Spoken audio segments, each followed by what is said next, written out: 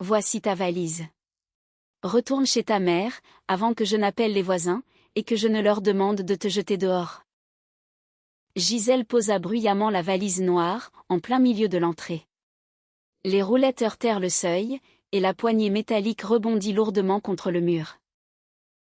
Inès se tenait près de la porte de la cuisine, gardant toujours un torchon à la main. 10 minutes plus tôt, elle lavait les tasses, juste après le dîner. Maintenant, sa belle-mère donnait des ordres dans son propre appartement, comme si elle avait déjà reçu les clés, ainsi que les titres de propriété. Antoine, de son côté, s'était adossé à l'armoire, les bras croisés sur la poitrine. Il n'arrêta pas sa mère, et ne lui demanda même pas de baisser la voix. Au contraire, il sortit son téléphone, alluma la caméra, et déclara froidement.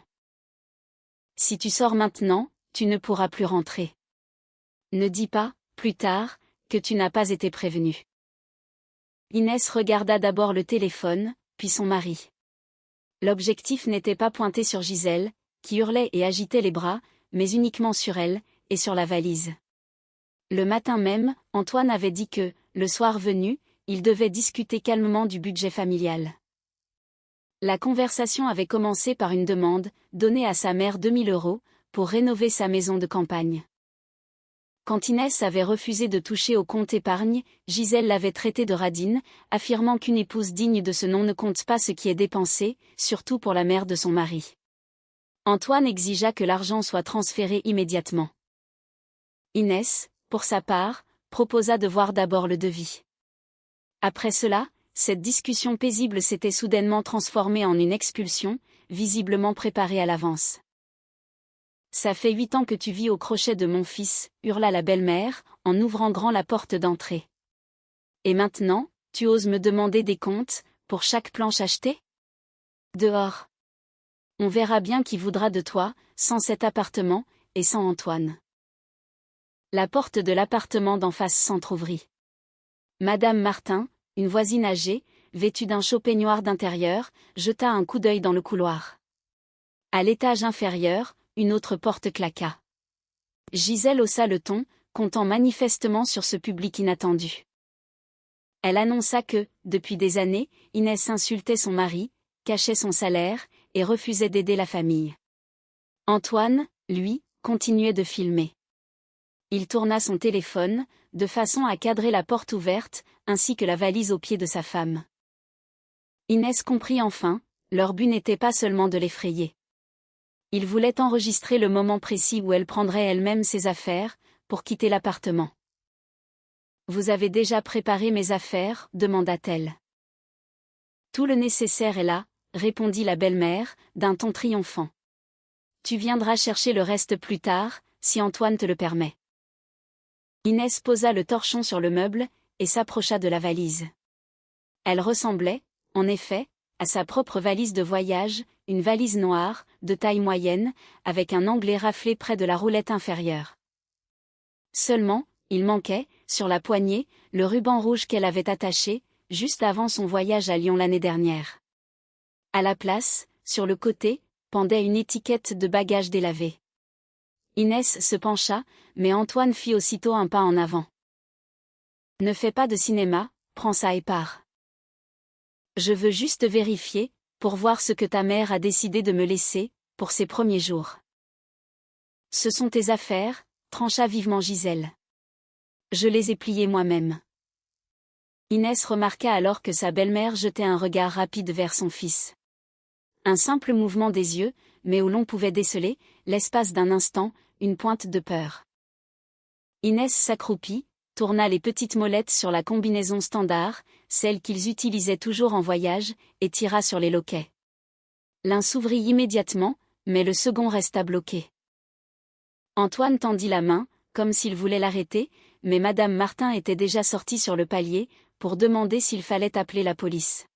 « Ne vous en mêlez pas, » lança Antoine. « Ma femme part de son plein gré. » « Pour l'instant, elle n'est allée nulle part, » répliqua la voisine. « Et cet appartement, si je me souviens bien, c'est sa grand-mère qui le lui a légué. » Le visage d'Antoine se crispa. Inès tira le loquet plus fort, et le couvercle de la valise s'ouvrit grand. Sur le dessus, se trouvaient 3 chemises d'homme, une blanche, une bleue, et une gris foncé. Inès les reconnut immédiatement. Antoine portait la bleue, lors d'un salon professionnel à Toulouse en février, et elle avait déposé la grise au pressing, après son voyage d'affaires de mars. Juste à côté, il y avait son rasoir électrique, un chargeur, une ceinture en cuir, et une petite trousse de toilette. Il n'y avait, à l'intérieur, absolument aucune affaire appartenant à Inès. Gisèle poussa un petit cri étouffé, et plaqua sa main contre sa bouche. « C'est la valise d'Antoine », constata calmement Inès. « Quelle importance », répondit précipitamment son mari. « Ma mère s'est trompée. Prends la tienne, et va-t'en. » Il se pencha, avec l'intention de refermer le couvercle, mais Inès avait déjà soulevé une boîte de parfum pour femme.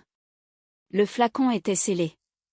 Sur l'emballage, figurait une étiquette de prix, affichant 150 €. En dessous, se trouvait un foulard en soie rouge, orné d'un monogramme doré, ainsi qu'un petit écrin de bijouterie. L'écrin s'avéra être vide. Antoine lui arracha la boîte de parfum des mains, pour la jeter à l'intérieur. « C'est un cadeau pour une collègue du service. Je devais lui remettre. »« Quelle collègue ?» demanda Inès. « Ça ne te regarde pas. »« Alors, pourquoi ta mère a-t-elle rangé le cadeau de ta collègue, juste à côté de ton rasoir ?»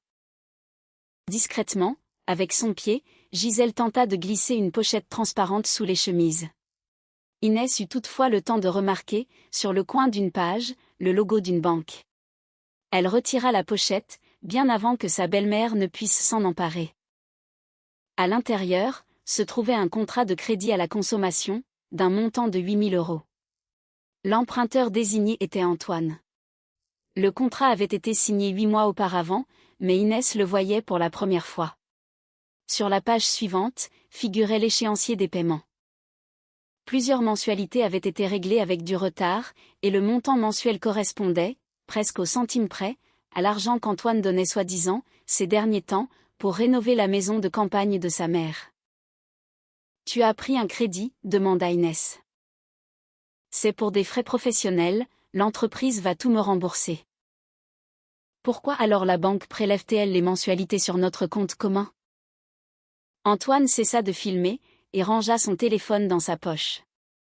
Il ordonna à sa mère de fermer la porte, mais Gisèle semblait ne plus rien entendre.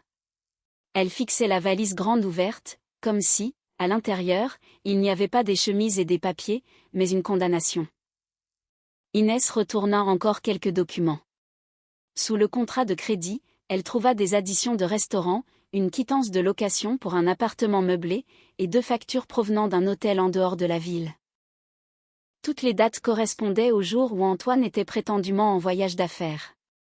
Sur l'une des factures, était facturé un dîner pour 2, une chambre avec un lit double, et un départ tardif. « Les clients dorment désormais dans la même chambre que toi ?» demanda Inès. « Donne-moi ça !» s'écria Antoine, en se précipitant vers la pochette. Inès recula dans le couloir. Madame Martin s'interposa entre eux, et leva son téléphone. Le petit voyant rouge indiquait que l'enregistrement était déjà en cours. Antoine s'arrêta net. Inès en profita pour photographier rapidement la première page du contrat de crédit, ainsi que les 2 factures d'hôtel. Gisèle se mit à hurler, accusant sa belle-fille de voler les documents de son mari. Une minute plus tard, elle affirmait que quelqu'un avait glissé ses papiers exprès. Encore une minute après, elle qualifiait l'hôtel de lieu de réunion d'affaires. Chaque nouvelle version contredisait la précédente. Au fond de la valise, Inès découvrit un reçu de bijouterie. Le bracelet en or avait coûté 1 000 €. Le reçu était accompagné d'un certificat de garantie, rempli avec l'écriture soignée du vendeur. Sur la ligne « Destinataire du cadeau », il était écrit « Océane Moreau ». Que ce soit parmi les proches, ou parmi les collègues de son mari, Inès ne connaissait personne portant ce nom. « Qui est Océane ?» demanda-t-elle. Antoine garda le silence. « C'est une cliente à lui », intervint précipitamment Gisèle. « Une collègue », déclara simultanément Antoine. Madame Martin demanda alors, d'une voix douce. « Alors, C'est une cliente, ou une collègue? Le mari et la belle-mère se tournèrent l'un vers l'autre. Inès vit, sur le visage de Gisèle, la colère d'une personne qui réalise qu'elle a été prise au piège, non pas sur le mensonge lui-même, mais sur une version bien trop mal accordée. Antoine tendit la main vers le reçu, mais Inès avait déjà photographié le certificat de garantie. Il lui attrapa alors le poignet. Madame Martin annonça d'une voix forte qu'elle filmait tout, et qu'elle appellerait immédiatement la police, s'il ne lâchait pas sa femme. Antoine desserra les doigts, mais lâcha, entre ses dents, qu'Inès allait amèrement regretter, si elle sortait ses documents familiaux en dehors de l'appartement. Soudain, Gisèle perdit tout son sang-froid. « Je t'avais pourtant prévenu !» cria-t-elle à son fils. « Je t'avais dit de ne pas garder les affaires d'Océane dans la maison. Il fallait les emmener tout de suite à la campagne. » Les mots restèrent suspendus dans les airs. Antoine pâlit. Sa belle-mère réalisa ce qu'elle venait de dire, et tenta de se rattraper. « Ce n'est pas ce que je voulais dire. Ce sont des affaires pour Océane, des cadeaux offerts par l'entreprise. Accompagnés du contrat de crédit, de ton rasoir, et de tes factures d'hôtel ?» précisa Inès. Antoine s'en prit à sa mère, lui ordonna de se taire, et la repoussa brutalement à l'intérieur de l'appartement. Mais il était trop tard. Madame Martin avait tout enregistré. Dans l'escalier, 2 autres voisins venaient d'apparaître. Inès regarda l'étiquette du bagage. On y lisait distinctement le nom d'Antoine, ainsi que le numéro de son vol de février. Il n'y avait plus l'ombre d'une confusion accidentelle. Gisèle avait fait cette valise elle-même, sachant parfaitement à qui appartenaient ses affaires, et pourquoi il fallait les faire disparaître de la maison. Inès referma la pochette, et la posa à côté de la valise. Elle ne cria pas, ne pleura pas, et ne demanda pas à son mari s'il en aimait une autre. Pour le moment, il y avait bien plus important. Antoine avait secrètement contracté un gros crédit, dépensait leur argent commun, et, avec la complicité de sa mère, essayait de filmer la propriétaire légale, alors qu'elle quitterait soi-disant de son plein gré son propre appartement. Son infidélité expliquait les cadeaux et les hôtels, mais n'expliquait en rien cette scène, si minutieusement préparée devant la porte. « Tu n'iras nulle part avec ces documents, » déclara Antoine. « Cet appartement est autant le mien que le tien. Ton nom ne figure nulle part, sur le titre de propriété. Nous sommes mariés depuis 8 ans. J'ai injecté tellement d'argent ici, que tu vas te retrouver avec des dettes envers moi. » Gisèle retrouva soudain son aplomb. Elle déclara aux voisins que son fils avait payé la totalité des travaux, qu'il avait remplacé les fenêtres, la plomberie et l'électricité, et qu'Inès, aujourd'hui, voulait le jeter à la rue, après tant d'années passées à l'entretenir. Antoine ordonna à tout le monde de se disperser, et claqua la porte au nez de Madame Martin. Ensuite, il souleva la valise, mais Inès retint la poignée. « Vous l'avez déposée devant la porte, en disant que c'était mes affaires. Maintenant, ouvrez-la jusqu'au bout. » « Tu ne verras rien de plus, » siffla Antoine. Il lui arracha la valise, et l'entraîna jusque dans la chambre. Gisèle suivit son fils. Inès resta dans l'entrée, tout en sauvegardant ses photos sur le cloud.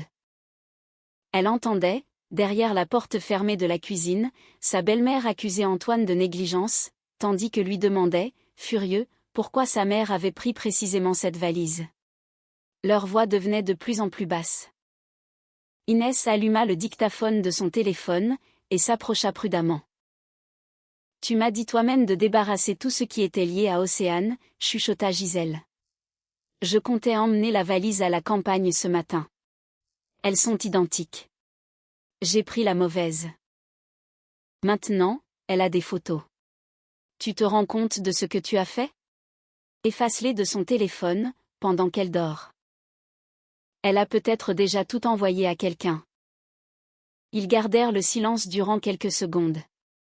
Puis, la belle-mère demanda, sur un tout autre ton. « Et qu'est-ce qu'on fait pour le papier, maintenant ? Il faut absolument qu'elle le signe aujourd'hui. Sans cette signature, tout le plan tombe à l'eau. » Inès arrêta l'enregistrement. Ses doigts s'étaient glacés, mais elle avait parfaitement reconnu les voix derrière la porte. Ainsi, l'histoire de la valise n'était qu'une erreur de parcours. Tout le reste, les cris, la porte grande ouverte, le téléphone d'Antoine, et l'ordre formel de partir, tout cela avait été méticuleusement préparé. Il restait à découvrir quel papier exact elle devait signer, et pourquoi son mari avait tant besoin de prouver qu'Inès avait quitté son propre appartement, de sa propre initiative. Inès resta quelques secondes devant la porte fermée de la cuisine, immobile. Derrière, Antoine et Gisèle continuaient de se disputer en chuchotant, mais les mots les plus importants étaient déjà enregistrés. Un papier quelconque, qu'elle devait signer impérativement aujourd'hui. Un plan, qui avait échoué à cause d'une valise intervertie. Inès sauvegarda l'enregistrement audio, s'envoya une copie sur son adresse email professionnelle, et glissa son téléphone dans sa poche. Ensuite, elle retourna dans l'entrée, ramassa le torchon sur le meuble, et se dirigea calmement vers la cuisine. En la voyant, sa belle-mère se tut instantanément. Antoine se tenait près de la table, tenant entre ses mains une pochette transparente, qui n'était pas dans la valise tout à l'heure. « Nous avons décidé de t'accorder une dernière chance, déclara-t-il. Assieds-toi, signe ce papier, va vivre ailleurs pendant un moment, et on discutera plus tard, pour voir si ça vaut la peine de sauver notre mariage. » Sur la table, reposait un document de 4 pages. Le titre, imprimé en grosses lettres, indiquait « Accord de séparation temporaire des époux ». Antoine posa un stylo juste à côté, et poussa les feuilles vers Inès. Gisèle se posta derrière sa chaise, comme si elle s'apprêtait à surveiller le moindre de ses mouvements. Le premier point stipulait qu'Inès quittait volontairement le domicile, en raison d'un conflit familial. Le deuxième, qu'elle ne s'opposait pas à ce qu'Antoine continue de résider à cette adresse. Le troisième point s'avéra être le plus intrigant. Inès reconnaissait, soi-disant, que son mari avait investi 25 000 € pour la rénovation et l'aménagement du logement. « Où est la preuve de ce montant ?» demanda-t-elle. « Je te la montrerai plus tard », répondit Antoine. « Pour l'instant, contente-toi de signer. » « Je ne signe jamais des documents que l'on m'empêche de lire. »« Il n'y a que 4 pages, ce n'est pas le code pénal, » intervint Gisèle, visiblement agacée. Une épouse normale s'excuserait auprès de son mari, et s'en irait en attendant qu'il se calme. Et toi, tu fais un procès pour chaque virgule. Inès tourna la dernière page. Les espaces prévus pour les signatures étaient déjà prêts. Sous le nom d'Antoine, figurait une date, inscrite 3 jours plus tôt. Cela signifiait que le document n'avait pas été rédigé après la dispute du jour, ni à cause de la valise échangée. 3 jours avant que sa belle-mère n'ouvre la porte aux voisins, ils avaient déjà décidé qu'Inès devait quitter l'appartement, de son plein gré. Elle photographia la page. Antoine posa immédiatement sa main dessus pour la cacher. « Range ce téléphone. »« Pourquoi ? Tu filmais bien toi-même tout à l'heure, pour montrer que je partais soi-disant de mon plein gré ? J'enregistrais ton comportement, parce que tu agis de manière irrationnelle. Je lavais des tasses, quand ta mère a balancé la valise devant la porte. » Gisèle frappa du plat de la main sur la table. « Ça suffit de tout déformer. Antoine t'a prise en flagrant délit de mensonge, et maintenant, tu essaies de le faire passer pour le coupable. Océane, c'est sa cliente. Le bracelet a été acheté pour le compte de l'entreprise. À l'hôtel, c'était un rendez-vous d'affaires. Et le crédit de 8 000 €, c'est aussi l'entreprise qui l'a pris ? Ce crédit ne te regarde pas, trancha Antoine. Il est à mon nom. Mais les mensualités sont prélevées sur notre argent commun. Antoine retira brusquement le document de sous la main de sa femme. Il déclara qu'Inès mélangeait volontairement les dépenses personnelles et professionnelles, parce qu'elle cherchait depuis longtemps un prétexte pour se débarrasser de son mari. Selon sa nouvelle version, le rasoir se trouvait dans la valise suite à un voyage d'affaires, le parfum était destiné à la secrétaire d'un client important, et la comptabilité n'avait pas encore eu le temps de lui rembourser les factures d'hôtel. Pourquoi le certificat de garantie était-il au nom d'Océane Moreau, et pourquoi sa mère comptait-elle cacher ses affaires à la campagne ? Il refusa de l'expliquer. Au lieu de cela, Antoine exigea de voir son téléphone, pour qu'elle supprime les photos des documents. « Ce sont mes documents bancaires, dit-il. tu n'as pas le droit de les diffuser. Et toi, as-tu le droit de payer secrètement tes nuits d'hôtel, avec notre compte commun? Si tu ne me donnes pas ton téléphone, j'appelle la police tout de suite, et je dirai que tu as volé mon contrat de crédit. Inès posa l'appareil sur la table, l'écran tourné vers le bas. Appelle-les. En même temps, Madame Martin leur montrera la vidéo, où l'on te voit m'attraper par le bras, en essayant de me jeter hors de chez moi. Antoine se figea. Gisèle changea instantanément de ton. Elle s'assit en face d'elle, poussa un lourd soupir, et dit qu'elle ne voulait pas de scandale. Selon elle, Inès était simplement fatiguée, Antoine s'était embrouillé dans ses explications, et leur famille se retrouvait au bord de la rupture, à cause de quelques malheureux reçus. La belle-mère essaya même de prendre la main de sa belle-fille, mais Inès recula. Alors, Gisèle proposa un compromis, Inès signe l'accord, part chez sa mère, et Antoine promet de ne plus voir Océane, même pour le travail. Donc, vous savez très bien qu'il la fréquente, demanda Inès. Il a lui-même parlé d'une cliente. J'ai mentionné son prénom uniquement dans le couloir. Avant ça, vous l'aviez déjà prononcé vous-même. La belle-mère retira sa main et pâlit. Antoine se mit à crier que sa mère avait très bien pu entendre le prénom avant, pendant qu'Inès examinait le certificat de garantie. Il parlait beaucoup trop vite, jetant des regards incessants vers le téléphone de sa femme. Ensuite, il attrapa l'accord, et déclara que cette offre n'était valable que jusqu'à minuit. Si Inès ne signait pas le document, il rassemblerait toutes les factures des travaux, porterait plainte, et exigerait une lourde compensation. Selon lui, avec le remplacement des fenêtres, de l'électricité et de la plomberie, la valeur de l'appartement avait presque doublé, par conséquent, la moitié du logement lui revenait de droit. Les fenêtres ici, c'est ma grand-mère qui les a changées, rappela Inès. Bien avant notre mariage. Et la tuyauterie? Et la cuisine, et les placards? La cuisine, c'est moi qui l'ai payée. Pour les placards, nous avons pris un paiement en plusieurs fois, prélevé sur mon compte. Eh bien, c'est lors du conseil de famille que nous verrons qui a payé quoi, intervint Gisèle. Laissons la famille entendre les deux versions. Dimanche, tout le monde viendra ici, et tu ne pourras plus nous faire passer pour des escrocs. Inès la regarda plus attentivement. Ici? Dans mon appartement? Tant que tu es la femme d'Antoine, c'est l'appartement de la famille, déclara la belle-mère. Ne joue pas à la châtelaine avec nous. Antoine soutint sa mère. Il annonça qu'il inviterait sa sœur Laure, son oncle Victor, un cousin, ainsi que sa marraine, tante Thérèse.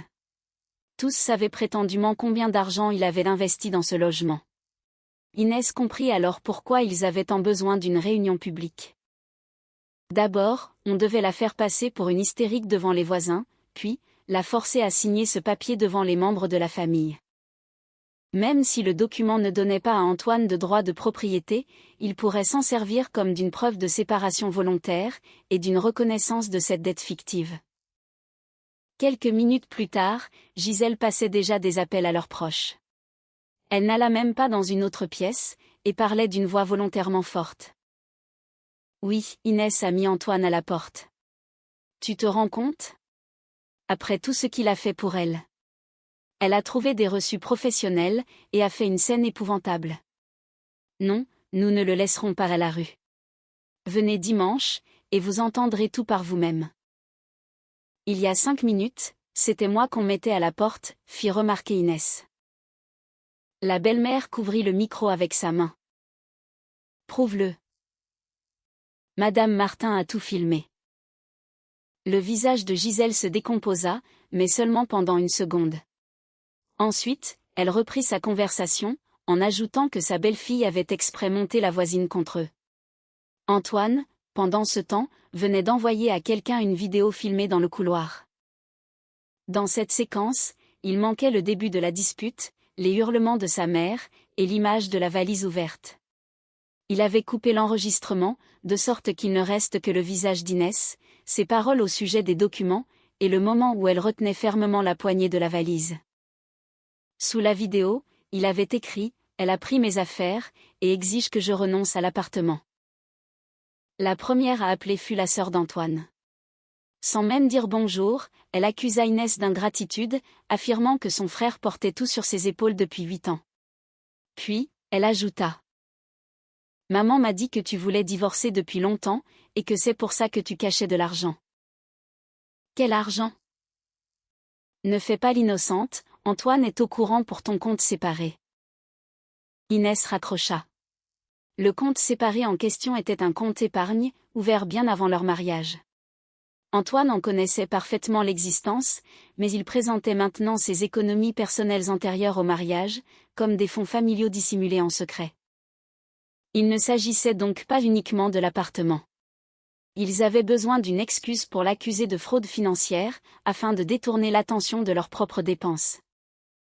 Vers 11 heures du soir, Gisèle s'installa dans le salon, affirmant qu'elle ne laisserait pas son fils seul avec une femme aussi agressive.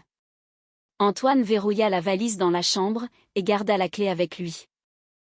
Il s'approcha plusieurs fois d'Inès, exigeant qu'elle signe l'accord, promettant qu'après cela, il lui expliquerait toute l'histoire avec Océane.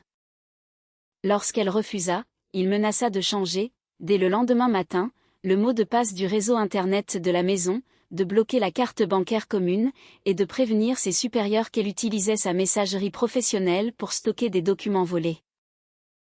Tu crois vraiment qu'on va me croire? Et toi, tu penses qu'on te croira, demanda-t-il, juste avant de fermer la porte de la chambre. Regarde bien qui était tout seul aujourd'hui, et qui était soutenu par sa famille. J'ai surtout vu qui se tenait du côté des preuves, répondit Inès. Elle resta dans la cuisine. D'abord, elle vérifia que l'enregistrement de leur conversation était bien sauvegardé. Ensuite, elle ouvrit son application bancaire. Ils n'utilisaient presque jamais ce compte épargne commun. Chaque mois, ils y viraient une partie de leur salaire, avec l'intention de faire, l'année suivante, un remboursement anticipé pour le petit appartement qu'ils comptaient mettre en location. La dernière fois qu'Inès avait consulté attentivement l'historique des opérations, c'était environ 6 mois auparavant. À l'époque, le solde dépassait légèrement les 15 000 euros. Maintenant, il ne restait plus que 7 000 euros. Elle téléchargea le relevé des 12 derniers mois. Au début, tout semblait normal, des factures d'électricité, des courses alimentaires, l'assurance de la voiture. Puis, Inès remarqua des virements réguliers de 3 cents, 4 cents et 500 euros. Ces montants étaient suffisamment modestes, pour ne pas déclencher d'alerte automatique de la banque pour opérations inhabituelles. Certains mois, Antoine avait même fait 2 virements, à quelques jours d'intervalle. La somme totale atteignait près de 7 000 euros. Inès ouvrit les détails du premier bénéficiaire. Le numéro de compte lui était inconnu, et le motif du paiement était vide. Sur le deuxième virement, Antoine avait écrit « remboursement ». Sur le troisième, pour le loyer. Toutes ces opérations étaient destinées à une seule et même personne. La banque masquait une partie des coordonnées bancaires, mais le nom complet du bénéficiaire s'affichait sur le relevé électronique. Inès zooma sur l'écran, et relut la ligne à 2 reprises, Océane Moreau. Le dernier virement avait été effectué le matin même, quelques heures avant que Gisèle ne dépose la valise devant la porte. Le montant s'élevait à 900 euros. Dans le motif du paiement, Antoine n'avait laissé que 2 mots, dernier mois. Inès enregistra le relevé, et lança un regard en direction de la chambre. Désormais, elle savait, Océane n'était pas une simple maîtresse d'un soir, rencontrée à l'hôtel. Antoine l'entretenait avec les économies de la famille, et l'expulsion théâtrale de ce soir devait probablement lui libérer bien plus qu'une simple place à ses côtés. Mais avant de poser des questions, Inès devait d'abord découvrir ce que son mari avait payé sous l'appellation « dernier mois », et pourquoi il avait eu un besoin si urgent d'obtenir sa signature juste après ça. Le lendemain matin, Antoine posa devant Inès une tasse de café refroidi, et lui dit « Tu peux vivre ici jusqu'à dimanche. Après, soit tu signes l'accord, soit tu devras parler à mon avocat. » Il prononça ces mots avec une telle assurance, qu'on aurait dit qu'un juge avait déjà rendu son verdict. Gisèle, assise à côté, dressait la liste des proches qu'elle comptait inviter pour ce conseil de famille. En entendant le mot « avocat », elle acquiesça avec satisfaction. Inès ne prit pas la peine de rappeler que l'appartement lui avait été légué par sa grand-mère, 3 ans avant leur mariage. Elle demanda simplement si Antoine apporterait, pour cette réunion, les documents justifiant les 25 000 € qu'il prétendait avoir investis. Son mari eut un petit rire moqueur, répondant qu'il avait largement assez de factures pour le prouver. Sa belle-mère ajouta que, si ses murs nus s'étaient transformés en un logement décent, c'était uniquement grâce aux travaux payés par son fils. Dans ce cas, n'oubliez surtout pas de tout apporter calmement, dit Inès. Laissez la famille examiner chaque reçu. Antoine se méfia. Il s'attendait à un refus catégorique, à des cris, ou à des menaces d'appeler la police, mais absolument pas à ce qu'elle accepte de discuter d'argent publiquement. Inès promit même de relire l'accord attentivement. Gisèle s'adoucit aussitôt, déclarant qu'elle avait toujours considéré sa belle-fille comme une personne raisonnable. Ce sont juste ces idiotes de copines qui lui montent la tête. Avant de partir, Antoine bloqua la carte bancaire secondaire, celle qu'Inès utilisait pour les achats du quotidien. Une notification apparut sur le téléphone. Son mari la fixa intensément, attendant une explosion de colère. Pour l'instant, c'est moi qui gère l'argent de la famille, expliqua-t-il. C'est pour éviter que tu ne vides le reste du compte, sur un coup de tête. D'accord, répondit Inès. Il ne comprit pas exactement ce qu'elle entendait par « le reste », le solde, elle l'avait déjà mis en sécurité, avec l'intégralité des relevés. Arrivée au bureau, Inès s'enferma dans une petite salle de réunion, et appela sa banque. La conseillère confirma que la carte secondaire avait bien été bloquée par Antoine, mais que l'accès d'Inès au compte épargne commun restait actif. Elle demanda qu'on lui prépare un relevé officiel, avec les détails complets des virements. La banque ne pouvait pas lui dire à quoi Antoine avait consacré son crédit, car le contrat était uniquement à son nom. En revanche, la spécialiste lui expliqua un détail fondamental. Les mensualités du crédit n'étaient pas prélevées automatiquement. À chaque fois, Antoine transférait manuellement l'argent depuis le compte commun vers son compte personnel, pour ensuite payer la banque. Il s'avérait donc qu'il ne se contentait pas de cacher sa dette, il forçait délibérément sa famille à la rembourser. Est-il possible de voir depuis quels appareils ces virements ont été validés, demanda Inès. L'heure de l'opération figurera sur le relevé, répondit la conseillère, mais les données d'authentification ne sont fournies que sur requête officielle. Inès commanda les documents, et demanda de mettre en place, de façon temporaire, une double validation par les 2 titulaires du compte pour toute opération importante. Pendant sa pause déjeuner, elle trouva la page d'Océane Moreau sur Internet. Cette dernière travaillait comme réceptionniste dans un showroom de tissus d'ameublement, et publiait des photos presque tous les jours. Sur l'un des clichés, Océane était assise au restaurant, un verre de vin à la main. À son poignet, brillait le bracelet en or, identique à celui vu sur le site de la bijouterie. La date de publication correspondait exactement à celle de la facture d'hôtel trouvée dans la valise. Sur une autre photo, posée près d'un vase, se trouvait le fameux flacon de parfum. La légende disait « Quand ton amour sait ce que tu vaux ».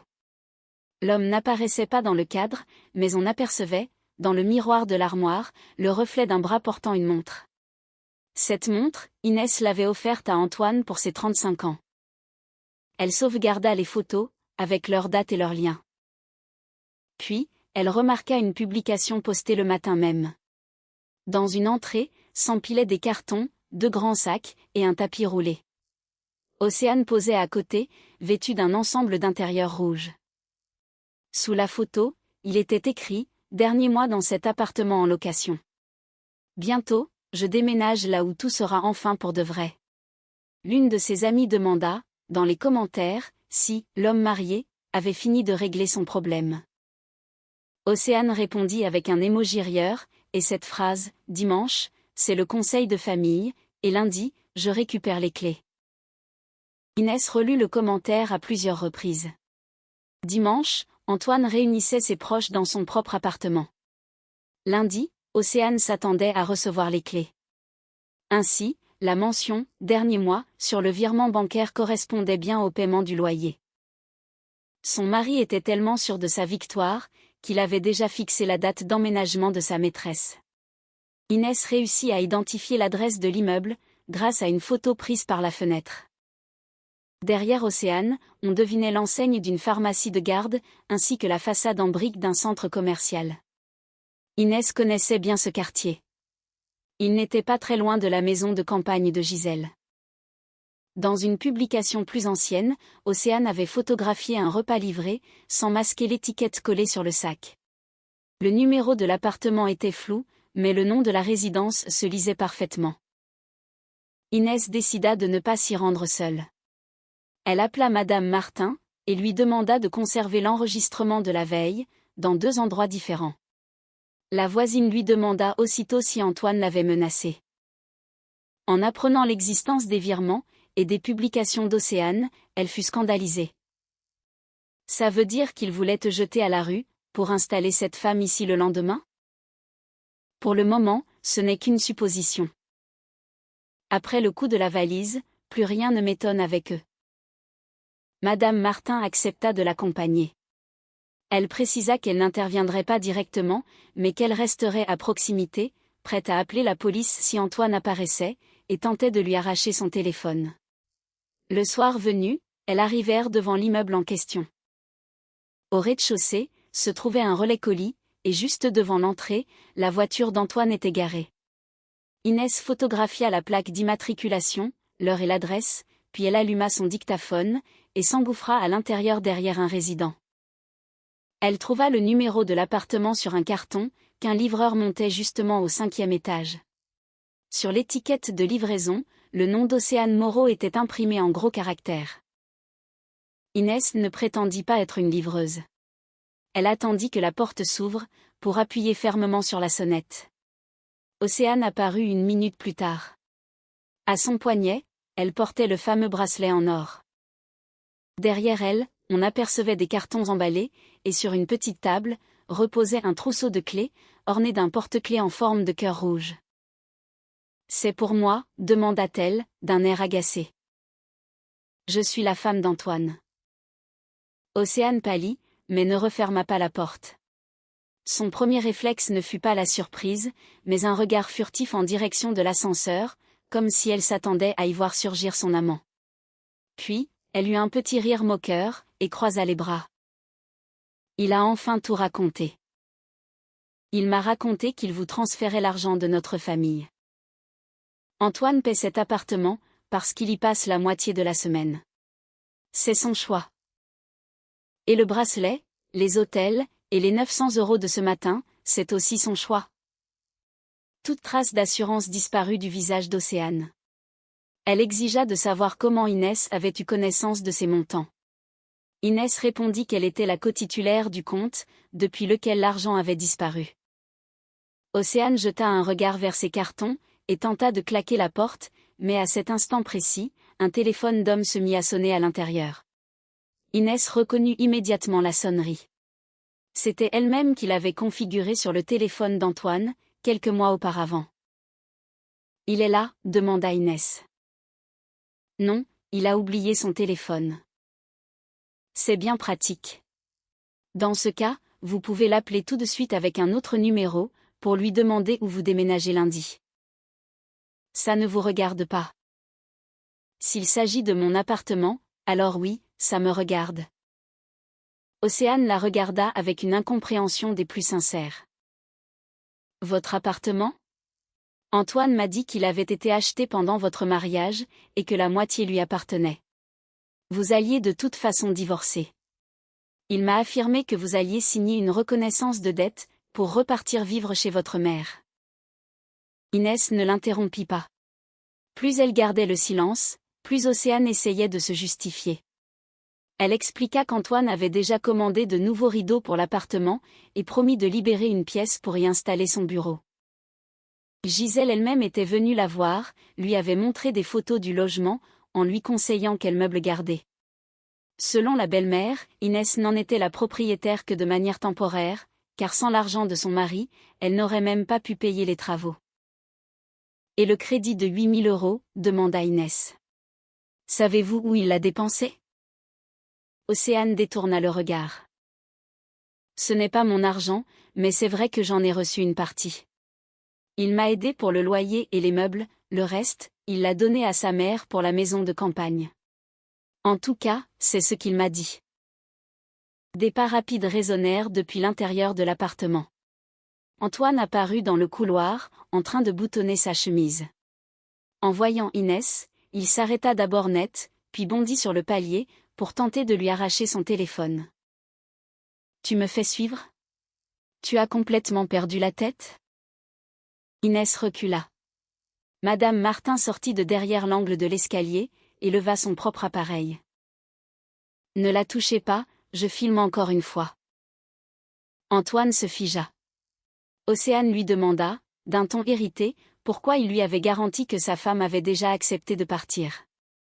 Antoine lui ordonna de fermer la porte, et de ne pas discuter de leurs affaires personnelles avec des étrangers, mais Océane ne lui obéit pas. « Tu m'as promis que tu me donnerais les clés lundi. J'ai déjà refusé de prolonger mon bail ici. Je te les donnerai, quand j'aurai tout réglé. » Et comment vas-tu régler ça, si l'appartement lui appartient ? Elle reconnaît mes investissements. J'ai les factures. Après dimanche, elle aura tout intérêt à s'en aller tranquillement. Inès en avait entendu assez. Elle tourna les talons, et se dirigea vers les escaliers. Antoine la rattrapa entre 2 étages, et lui murmura que cet enregistrement ne prouvait absolument rien. Il avait le droit de fréquenter qui il voulait, de vivre où il le souhaitait, et d'aider financièrement n'importe quelle femme. Quant aux factures des travaux, elles étaient bien réelles. Si Inès faisait un scandale, il réclamerait près de 25 000 €, et obtiendrait l'interdiction de vendre l'appartement jusqu'à la fin de la procédure judiciaire. Dimanche, tu signeras cet accord, déclara-t-il, sinon tu y perdras beaucoup plus. Inès le regarda droit dans les yeux. N'oublie surtout pas d'apporter toutes les factures, sans en omettre une seule. Antoine prit ce calme apparent pour de la peur, et se fendit d'un sourire. Il ignorait encore qu'1 heure plus tôt, Inès avait enregistré des photos de la maison de campagne de sa mère. Sur la page de Gisèle, on pouvait voir en détail les nouvelles fenêtres, la cuisine, l'électricité et la plomberie, fraîchement installées au cours des 2 dernières années. La belle-mère s'était vantée de chaque étape des travaux, allant jusqu'à remercier publiquement les enseignes, celles-là même dont Inès avait vu les noms sur les reçus d'Antoine. De retour chez elle, Inès avait comparé les dates des publications avec les rares factures que son mari lui avait fournies par le passé, pour le budget familial. Les correspondances étaient parfaites. Les fenêtres, la tuyauterie et les meubles de cuisine, dont Antoine comptait se servir pour prouver son investissement dans son appartement, se trouvaient, en réalité, dans la maison de campagne de Gisèle. La dernière photo s'avéra être la plus utile. La belle-mère posait devant la nouvelle cuisine, tenant en main le bon de livraison. Le document était tourné vers l'objectif. En zoomant, on pouvait clairement lire l'adresse de la maison de campagne, et le numéro de la commande. Inès enregistra l'image, et chercha le contact de Nathalie Vasseur, une juriste avec laquelle son entreprise travaillait autrefois. Elle disposait maintenant des virements bancaires, des publications d'Océane, de l'enregistrement audio de la dispute, et de cette première facture, reliant directement les travaux de l'appartement à la maison de sa belle-mère. Mais avant d'appeler Nathalie, Inès remarqua un autre détail, le numéro de commande, sur la photo de Gisèle, correspondait exactement au numéro du reçu qu'Antoine avait déjà inclus, dans l'annexe de son accord. Il ne s'était pas contenté de bâtir un simple mensonge familial. Il comptait utiliser les travaux d'une autre maison, pour les faire passer pour ses propres investissements chez Inès, afin de la forcer à reconnaître, par écrit, une dette totalement inexistante. Si vous signez cet accord, Antoine n'aura même pas besoin de prouver la moitié de ses mensonges, déclara Nathalie Vasseur, après avoir à peine parcouru la première page. Inès était assise en face d'elle, dans un petit cabinet de conseil juridique, tenant entre ses mains une tasse de thé depuis longtemps refroidie. Sur la table, étaient étalés les relevés des virements bancaires, les photos d'Océane, les clichés de la maison de Gisèle, et le texte du document qu'Antoine exigeait qu'elle signe. Nathalie avait immédiatement pointé le risque principal, l'appartement, acquis par Inès avant le mariage, restait sa propriété exclusive. Mais une reconnaissance écrite de dette pour des travaux pouvait compliquer sérieusement tout futur litige, surtout si Antoine présentait des factures, des témoignages de proches, et une vidéo où l'on voyait sa femme prête à déménager, soi-disant de plein gré. Donc, dimanche, ne le contredisez pas, conseilla la juriste. Laissez-le énumérer chaque montant, chaque commande, et chaque prestation. Idéalement, par écrit, et devant témoin. Nathalie suggéra de ne pas annuler le conseil de famille. Plus Antoine se sentirait en confiance, plus il risquait de commettre des erreurs. Inès devait simplement l'informer qu'elle était disposée à étudier l'accord, à condition qu'il lui envoie au préalable la liste détaillée des investissements, et qu'il apporte les factures originales. La juriste lui conseilla également de demander un extrait récent du registre immobilier, de bien conserver l'enregistrement de Madame Martin, et de ne plus jamais se retrouver seule avec Antoine sans allumer son dictaphone. Il était légalement impossible d'expulser un conjoint domicilié à cette adresse en une seule journée, c'est pourquoi Nathalie déconseilla de changer les serrures avant de consulter la loi plus en détail. En revanche, Inès pouvait interdire, par écrit, la remise des clés à des tiers, et prévenir le syndic de copropriété qu'elle ne donnait pas son accord pour l'installation de nouveaux résidents.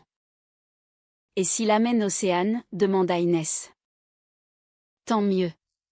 Laissez-les juste parler. » Le soir même, Inès rentra chez elle avec un sac de courses, et déposa délibérément la version imprimée de l'accord sur la table de la cuisine. Gisèle remarqua immédiatement les papiers. Elle passa la tête par la porte du salon, réajusta son peignoir, et appela Antoine. Il apparut une minute plus tard, vit le document, et sourit pour la première fois depuis 2 jours. « Tu as enfin compris que cette guerre n'était pas dans ton intérêt. » « J'ai compris qu'il fallait calculer sereinement les dépenses, » répondit Inès. « Envoie-moi l'annexe, avec tous les reçus. Si le montant total s'élève vraiment à 25 000 €, je veux voir de quoi il se compose. » La belle-mère lança un regard triomphant à son fils. Antoine déclara que les documents étaient conservés chez son comptable, et qu'il lui faudrait un peu de temps. Inès acquiesça d'un signe de tête, comme si elle le croyait, et ajouta qu'elle ne signerait l'exemplaire, devant sa famille, que si chaque dépense était détaillée de manière distincte. Cette proposition plut beaucoup à Gisèle. Elle s'empressa d'ajouter que les témoins de la famille pourraient confirmer qu'Antoine avait, pendant des années, investi ses derniers centimes dans un appartement qui ne lui appartenait pas. Ensuite, elle alla chercher un carnet dans sa chambre, et commença à énumérer les fenêtres, la plomberie, l'électricité, la cuisine, les placards encastrés, les sanitaires, les portes intérieures. Inès reconnaissait presque chaque élément, grâce aux photos de la maison de campagne. Lorsque la belle-mère mentionna un nouveau chauffe-eau, Antoine la coupa brusquement. « Maman, je préparerai la liste moi-même. »« Et alors ?» s'étonna-t-elle. « On se souvient bien de tout, non ? Il faut indiquer des montants précis, pas lancer des choses au hasard. » Gisèle se vexa, mais garda le silence. Inès remarqua que son fils lui montrait discrètement son téléphone du regard. Ils avaient donc compris que trop de détails pourraient devenir dangereux. Elle fit semblant d'être plongée dans la lecture de l'accord. Le lendemain matin, Antoine lui envoya un tableau de 23 postes de dépenses. Le total s'élevait exactement à 25 000 €, au centime près. En face de chaque ligne, figurait le numéro d'une facture ou d'un contrat. La dépense la plus importante concernait la cuisine, pour un montant de 5 500 €. Venaient ensuite les fenêtres à 4 000 €, et la réfection de l'électricité à 2 500 €. Inès compara les numéros, avec les publications de Gisèle. 7 d'entre eux correspondaient à l'identique. 4 autres provenaient d'enseignes que sa belle-mère avait identifiées sur ses réseaux sociaux. Mais le tableau incluait également des travaux dont Inès ignorait tout, le lissage des murs, le remplacement du parquet, l'installation de faux plafonds. Rien de tel n'avait été fait dans son appartement depuis 8 ans. Elle écrivit à Antoine, « Envoie-moi les scans. Je veux tout vérifier avant dimanche. » Il lui répondit, « Ne fais pas traîner les choses, tu verras les originaux devant tout le monde. » Inès transféra leur échange à Nathalie. Au travail, son chef de service la convoqua. Inès s'attendait à discuter de son rapport trimestriel, mais son supérieur ferma la porte et posa un téléphone devant elle. Sur l'écran, s'affichait la vidéo tronquée, tournée dans l'entrée. Antoine ne l'avait pas envoyée qu'à ses proches. La veille au soir, il avait écrit à la direction de l'entreprise pour signaler que sa femme était dans un état psychologique instable, qu'elle s'appropriait des documents bancaires qui ne lui appartenaient pas, et qu'elle risquait d'utiliser sa messagerie professionnelle pour y stocker des données personnelles. Inès montra calmement à son patron l'enregistrement complet de Madame Martin, ainsi que l'email qu'elle s'était envoyé à elle-même. Il ne contenait strictement aucune donnée liée à l'entreprise. « Je ne me mêle pas des conflits familiaux », déclara son supérieur, mais s'il tente encore d'impliquer notre société, notre service juridique lui répondra officiellement.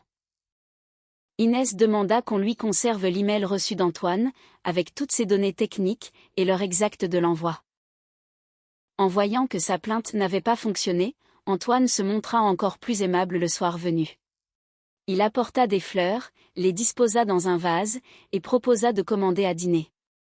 Gisèle les observait depuis le salon, avec l'expression de quelqu'un qui avait déjà remporté la victoire.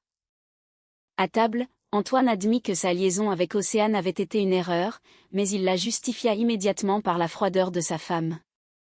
Selon lui, Inès travaillait trop, comptait tout le temps l'argent, et le faisait se sentir comme un invité dans son propre appartement.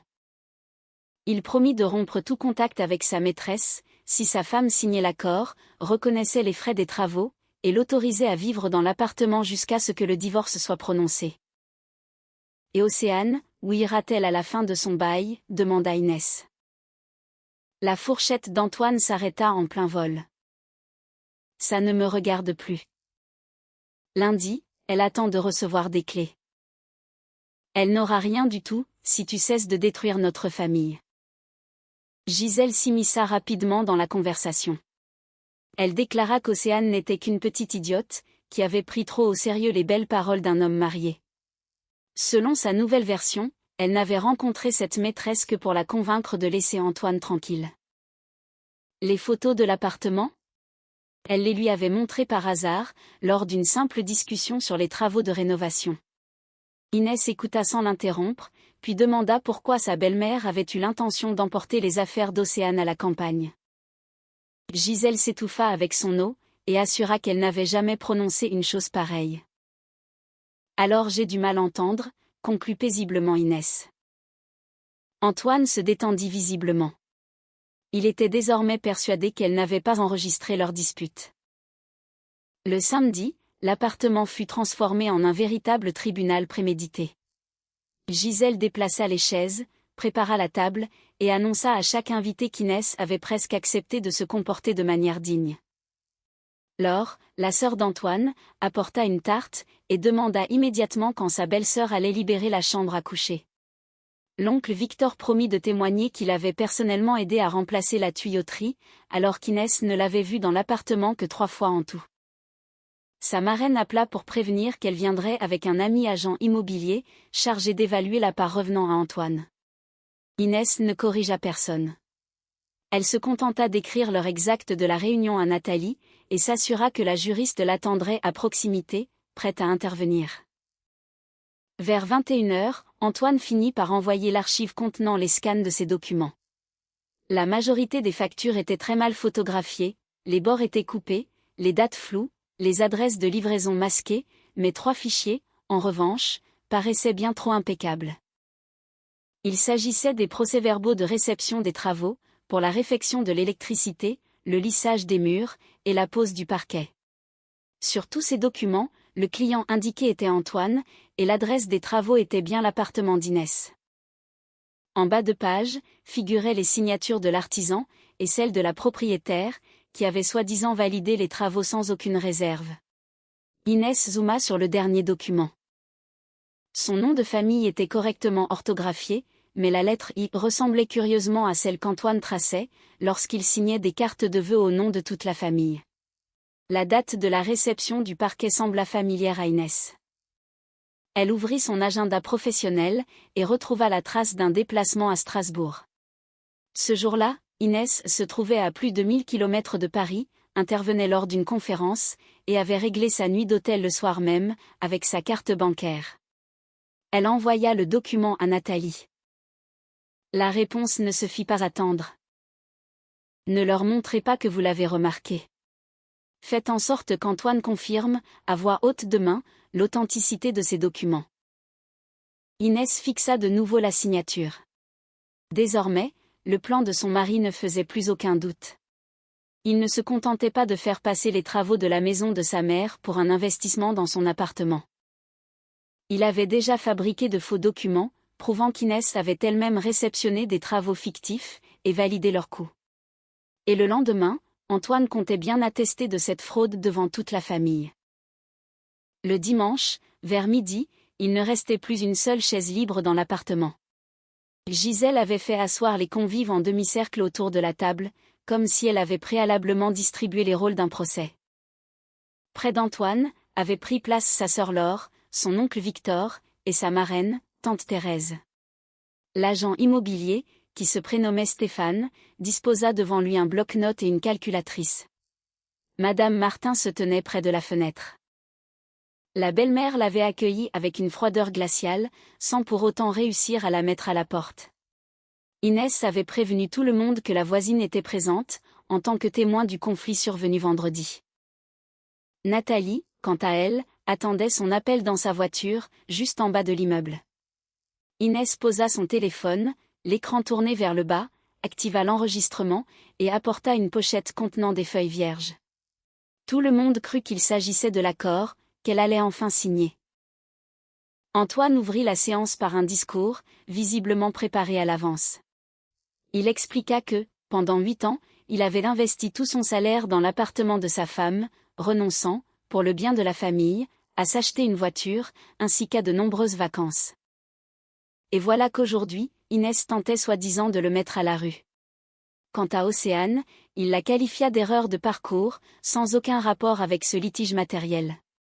Il ne souffla pas un mot des virements effectués depuis leur compte commun. Gisèle s'épongea les yeux à plusieurs reprises avec un mouchoir, bien qu'aucune larme ne coule sur son visage. Laure posa une main réconfortante sur l'épaule de son frère.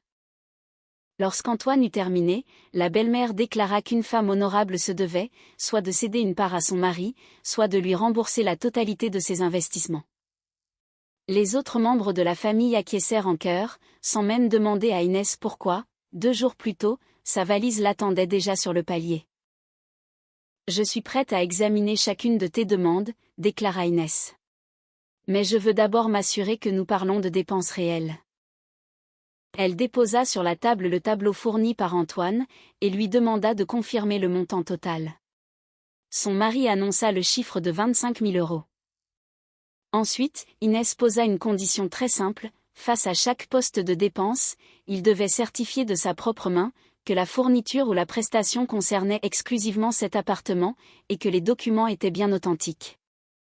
Antoine se crispa et demanda à quoi cela pouvait bien servir, puisque tout figurait déjà dans les annexes. L'agent immobilier prit, de manière inattendue, le parti d'Inès. Il expliqua que, sans lier officiellement les reçus à un bien immobilier précis, un simple achat de matériaux de construction ne prouvait absolument rien. Après ces paroles, Antoine se saisit d'un stylo, et commença à signer. Gisèle l'observait, ayant cessé de feindre de pleurer. Inès demanda d'abord à examiner la facture de la cuisine, d'un montant de 5 500 €. Antoine présenta le contrat, le bon de livraison et le reçu. Sur la copie, l'adresse était masquée par une bande blanche, mais le numéro de commande était parfaitement lisible. Son mari affirma avec aplomb que cette cuisine avait été installée ici même, 18 mois plus tôt. Tante Thérèse s'empressa de confirmer, ajoutant qu'elle avait elle-même croisé les ouvriers. Inès posa son regard sur les éléments de sa cuisine, qui avait au moins 7 ans, et demanda. De quelle couleur étaient les nouvelles façades ? La marraine répondit qu'elles étaient blanches. Gisèle la corrigea aussitôt, les façades étaient grises. L'oncle Victor, quant à lui, déclara qu'elles étaient couleur bois naturel. Un silence gêné s'abattit sur la famille, chacun réalisant pour la première fois que les témoins avaient en tête des rénovations totalement différentes. Peut-être confondez-vous avec un autre appartement ?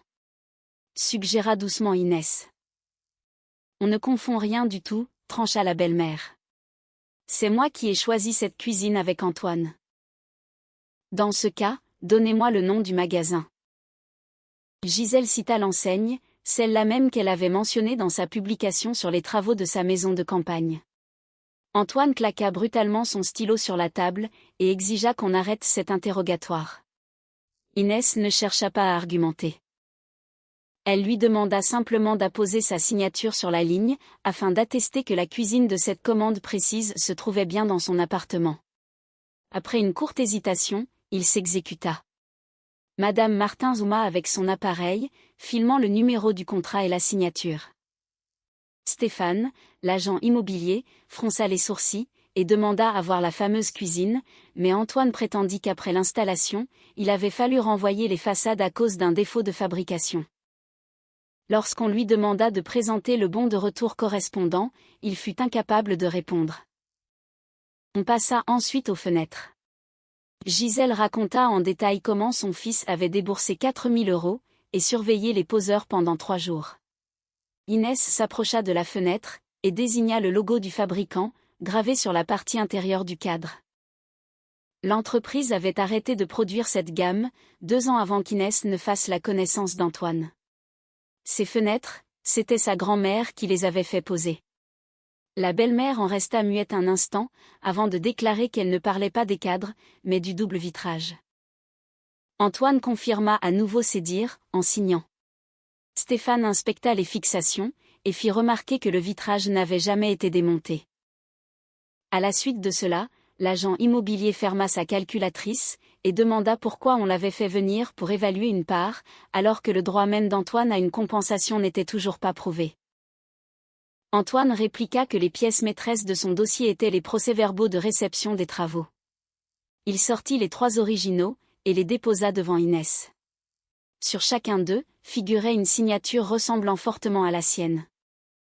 Son mari annonça haut et fort que sa femme avait elle-même réceptionné le changement du réseau électrique, la pose du parquet, et le lissage des murs.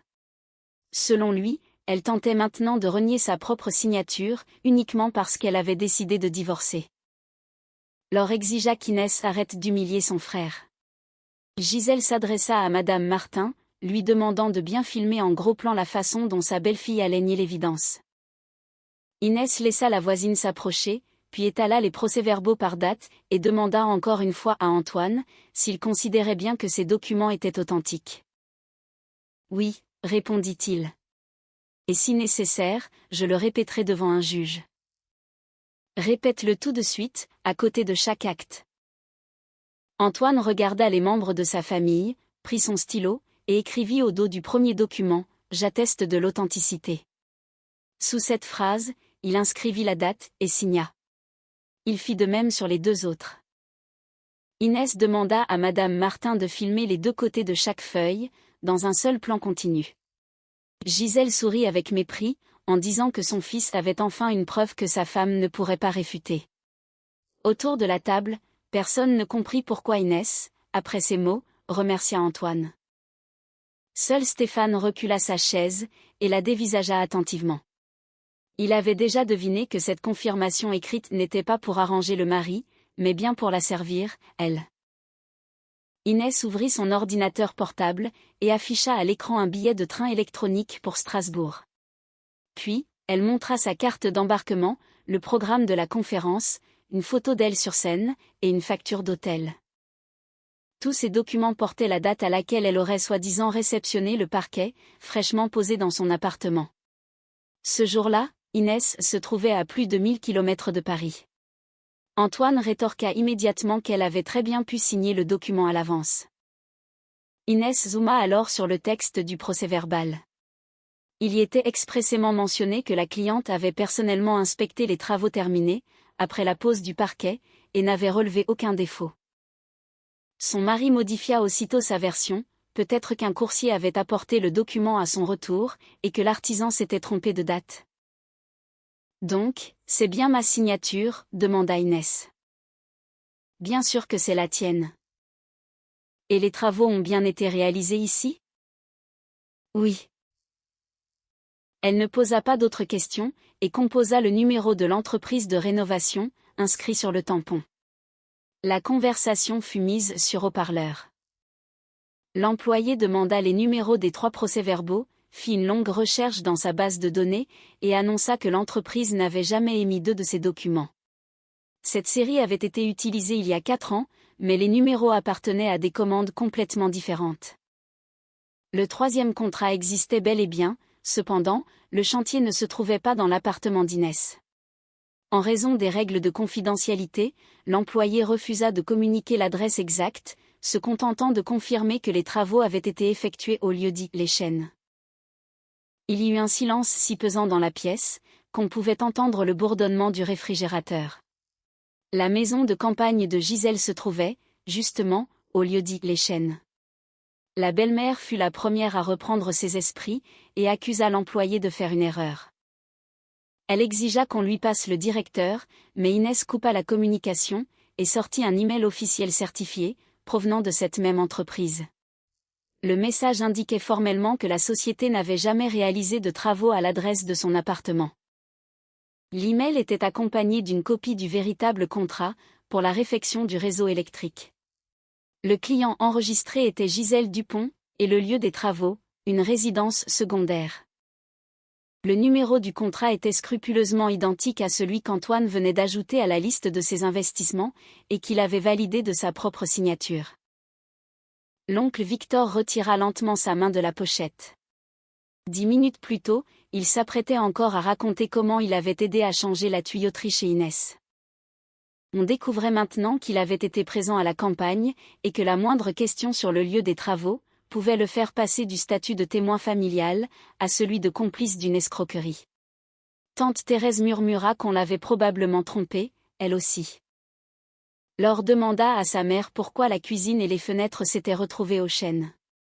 Gisèle devint rouge pivoine, et se mit à hurler qu'Antoine avait tout à fait le droit de prendre en compte l'aide apportée à sa mère, puisque la maison de campagne lui reviendrait de toute façon un jour. Stéphane fit une remarque glaciale: les rénovations de la maison maternelle ne donnent au mari aucun droit sur l'appartement de sa femme. Antoine essaya de ramasser les documents, mais Inès posa sa main sur les procès-verbaux. « Ce sont mes papiers » cria-t-il. « 2 de ces faux portent ma signature, » répondit-elle.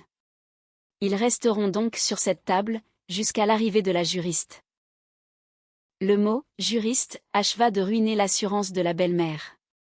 Elle se leva d'un bond, et ordonna à sa famille de partir, affirmant qu'Inès avait monté une provocation de toutes pièces. Mais Nathalie était déjà montée dans l'appartement. Elle se présenta, montra sa carte professionnelle, et expliqua que des copies de tous les documents avaient été sauvegardées, et que la conversation avait été enregistrée, à partir du moment où Antoine avait volontairement attesté de l'authenticité des actes. La juriste ne les menaça pas d'appeler la police, et ne cita aucun article de loi. Elle demanda simplement au mari s'il était prêt à expliquer par écrit, par qui, quand, et dans quelles circonstances, la signature d'Inès avait été imitée. Antoine refusa de répondre. Il déclara qu'il subissait des pressions, et qu'il ne se souvenait même plus d'où provenaient ces actes. Selon sa nouvelle version, c'était sa mère qui lui avait remis ces documents, et il n'en avait jamais vérifié le contenu. Gisèle poussa un cri si perçant, que Laurent sursauta. Elle accusa son fils de chercher à lui rejeter la responsabilité, et jura qu'elle voyait ses papiers pour la première fois aujourd'hui. Pendant quelques secondes, ils s'interrompirent violemment, oubliant la présence de leurs proches et des téléphones qui filmaient encore. Antoine soutenait que sa mère avait rassemblé elle-même les factures de la campagne. La belle-mère hurlait qu'elle avait seulement voulu l'aider à obtenir justice, mais qu'elle n'avait falsifié aucune signature. C'est à cet instant précis que la sonnette de la porte d'entrée retentit. Croyant à l'arrivée d'un autre membre de la famille, Gisèle alla ouvrir à la volée. Sur le palier se tenait Océane. À côté d'elle, se trouvaient 2 grosses valises, un carton contenant une machine à café, et des rideaux rouges enveloppés dans du film plastique. Dans sa main, elle tenait un trousseau de clés, muni d'un badge électronique flambant neuf. En voyant le salon rempli de monde, Océane fut d'abord déconcertée, puis elle posa son regard sur Antoine. « Tu m'avais dit de venir après 15 heures, dit-elle. Tu as dit qu'à cette heure-ci, Inès aurait signé les papiers et libéré la chambre. Personne n'eut le temps de répliquer. Océane leva ses clés et ajouta. Et ta mère m'a confirmé hier qu'après le conseil de famille, l'appartement serait à nous. Désormais, les membres de la famille ne regardaient plus Inès. Tous les regards étaient braqués sur Antoine et Gisèle. Les valises de la maîtresse se tenaient à l'endroit exact où la belle-mère avait déposé les affaires de la propriétaire légitime de l'appartement, 2 jours plus tôt. Inès comprit qu'elle n'aurait plus rien à prouver sur les véritables raisons de ce tribunal familial. Le témoin principal de leur projet venait de se présenter de lui-même, à l'heure convenue. « Comment ça, à nous ?» hurla Gisèle en premier. « Vous réalisez au moins où vous avez mis les pieds ?» Océane se figea près de ses valises. Quelques secondes plus tôt, elle regardait Antoine comme l'homme qui allait la présenter à sa famille. Maintenant, sa mère lui parlait comme si elle la voyait pour la première fois. Antoine attrapa sa maîtresse par le coude et tenta de la pousser vers le palier. Océane se dégagea brusquement et exigea qu'il lui explique pourquoi Inès était toujours dans l'appartement et pourquoi une juriste était assise à la table. Antoine lui chuchota entre ses dents que la réunion de famille s'était prolongée et qu'elle aurait dû attendre son appel, mais Océane brandit son trousseau de clés. « C'est ta mère elle-même qui m'a donné ce badge hier. Elle m'a certifié qu'aujourd'hui, la propriétaire allait partir. » Laure se tourna lentement vers Gisèle. « Maman, c'est vrai ?» La belle-mère déclara qu'Océane inventait tout pour se venger. D'après elle, elle ne lui avait jamais remis de badge, et la maîtresse avait sûrement volé les clés à Antoine. Océane sortit alors son téléphone, et ouvrit la conversation. Le dernier message de Gisèle avait été envoyé samedi, à 22h17. Viens après 15h. Inès aura signé pour la dette, et Antoine mettra sa valise dans le couloir. Apporte les rideaux rouges tout de suite. Juste en dessous, on pouvait voir une photo du badge électronique, posé dans le creux de la main de la belle-mère. Océane tendit son téléphone à Nathalie. La juriste lui demanda l'autorisation d'en faire des copies, et la jeune femme accepta sans hésiter. Gisèle se précipita vers elle, mais Madame Martin s'interposa, et rappela que l'enregistrement tournait toujours. Ce matin encore, vous traitiez Inès de voleuse, remarqua la voisine, alors que vous distribuiez vous-même les clés de chez elle. Antoine exigea qu'Océane range son téléphone et s'en aille. Il lui promit de tout lui expliquer ce soir-là, mais la maîtresse ne l'écoutait plus. Elle ouvrit une autre conversation, et lut à voix haute ses messages. Antoine y promettait qu'après la réunion de famille, Inès reconnaîtrait une dette de 25 000 €, renoncerait à toute réclamation sur le compte commun, et accepterait de retourner vivre provisoirement chez sa mère. Si elle opposait la moindre résistance, il avait prévu de déposer une plainte pour amélioration indissociable, et d'obtenir l'interdiction de toute transaction immobilière sur le bien. Il écrivait à Océane que la procédure judiciaire pourrait durer des années, et qu'Inès finirait par céder d'elle-même, juste pour se débarrasser de lui. Dans l'un des messages, il était écrit « L'essentiel, c'est qu'elle reconnaisse au moins une partie devant la famille, après, on la poussera à bout pour le reste. » « C'est donc ça que tu appelais un divorce à l'amiable ?» demanda Inès. Antoine fut incapable de formuler une réponse. Nathalie demanda à Océane de montrer qui avait payé pour le badge électronique, la machine à café, et les nouveaux rideaux. La maîtresse fut d'abord déconcertée, puis elle ouvrit ses notifications bancaires. Tous ces achats avaient été réglés par Antoine. Les rideaux avaient coûté 600 €, la machine à café près de 1200, et pour la reproduction de la clé supplémentaire, il avait fait un virement de 150 € à un serrurier. Les dates coïncidaient parfaitement avec les prélèvements sur le compte commun. Inès afficha le relevé bancaire sur son écran. Ce matin-là, alors qu'Antoine hurlait qu'il avait tout investi dans sa famille, il avait dépensé 1 000 € pour le bracelet d'Océane. Une semaine plus tôt, il lui avait payé une chambre d'hôtel. Encore avant, il lui avait viré de l'argent pour son loyer. Le montant total des dépenses consacrées à sa maîtresse, en l'espace de 4 mois, dépassait les 4 000 €. Ce qui veut dire que mon argent se trouve aussi dans ces cartons, déclara calmement Inès. Océane retira le bracelet de son poignet, et le posa sur la table. Je ne savais pas que ce compte était commun. Vous ignoriez pour le compte, répondit Inès, mais vous étiez parfaitement au courant pour sa femme. Océane pâlit, mais ne chercha pas à se justifier. Gisèle s'attaqua immédiatement à la maîtresse. Elle la traita de profiteuse, de chasseuse de mari, et exigea qu'elle rende tous les cadeaux. Océane la dévisagea quelques secondes, puis lança un message vocal. La voix de la belle-mère s'éleva du haut-parleur, « Ne te tracasse pas pour Inès. Elle s'accroche à l'appartement, parce qu'elle s'imagine qu'Antoine ne pourra rien prouver.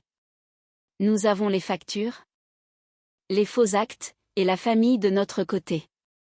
Si elle signe, tant mieux.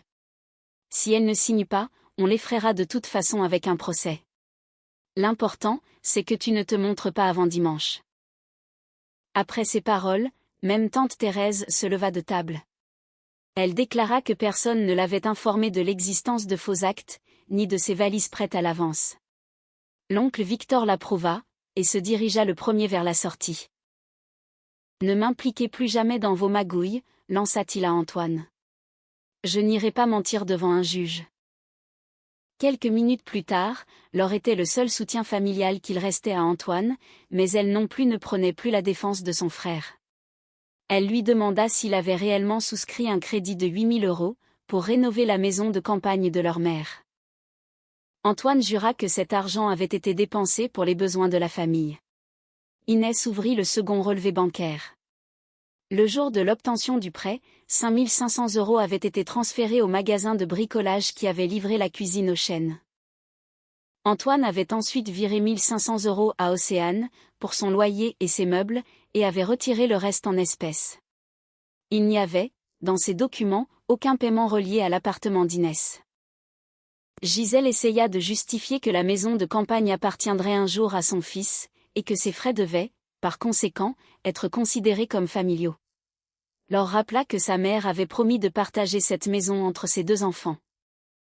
Donc, Antoine a pris un crédit, et les travaux nous reviendront à tous les deux, demanda-t-elle.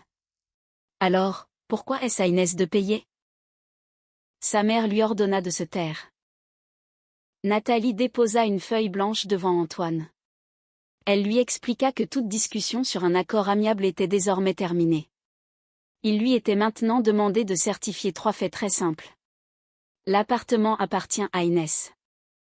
Elle n'a donné aucune autorisation pour l'installation d'Océane, et la clé électronique a été fabriquée sans l'accord de la propriétaire. Ensuite, Antoine devait s'engager formellement à ne pas transmettre de clé à des inconnus, et à résider temporairement chez sa mère, jusqu'à ce que la question du divorce soit réglée. Cela ne le privait pas du droit de saisir la justice, mais mettait un terme aux pressions exercées à l'intérieur de l'appartement. Antoine éclata de rire, affirmant qu'il était domicilié ici en tant qu'époux, et que personne ne pourrait le mettre dehors. « Vous êtes domicilié, certes, répondit Nathalie. Mais Océane ne l'est pas, et vous n'avez aucune autorisation pour faire entrer ses affaires ici. Je n'irai nulle part. Très bien, dans ce cas, nous déposerons plainte pour falsification de signature dès aujourd'hui. Les actes originaux seront remis pour expertise. » Antoine tendit brusquement la main vers les documents. Madame Martin eut le temps d'écarter la pochette. Antoine bouscula une tasse, et le thé se renversa sur la table, mais Nathalie avait déjà glissé les actes dans des pochettes transparentes. Inès ne haussa pas le ton. Elle montra à son mari le message de son supérieur.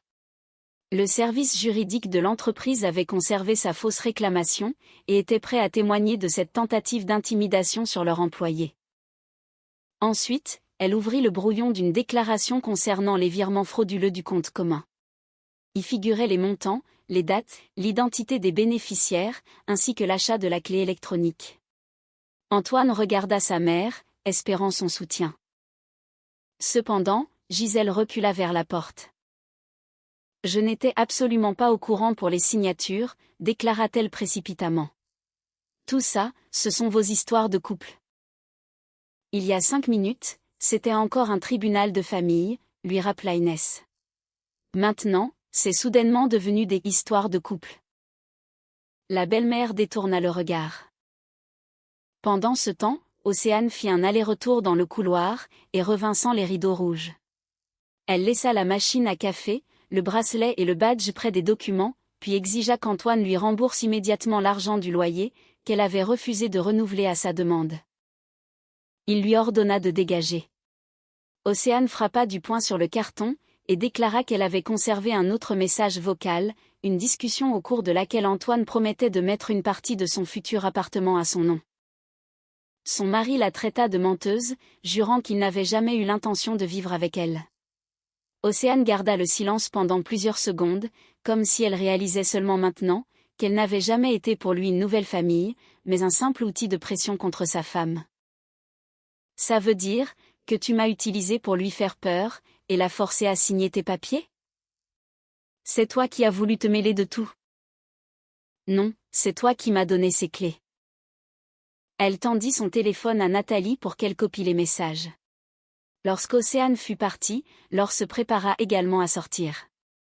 Avant de franchir la porte, elle demanda discrètement à Inès de lui envoyer le numéro du contrat de crédit. Il s'avérait que Gisèle avait fait croire à sa fille que les travaux de la maison de campagne avaient été financés avec ses propres économies. Maintenant, Laure soupçonnait sa mère d'avoir aussi utilisé l'argent qu'elle lui virait, depuis 2 ans, pour ses traitements médicaux. La belle-mère traita sa fille d'ingrate et essaya de partir avec elle. Mais Antoine retint sa mère.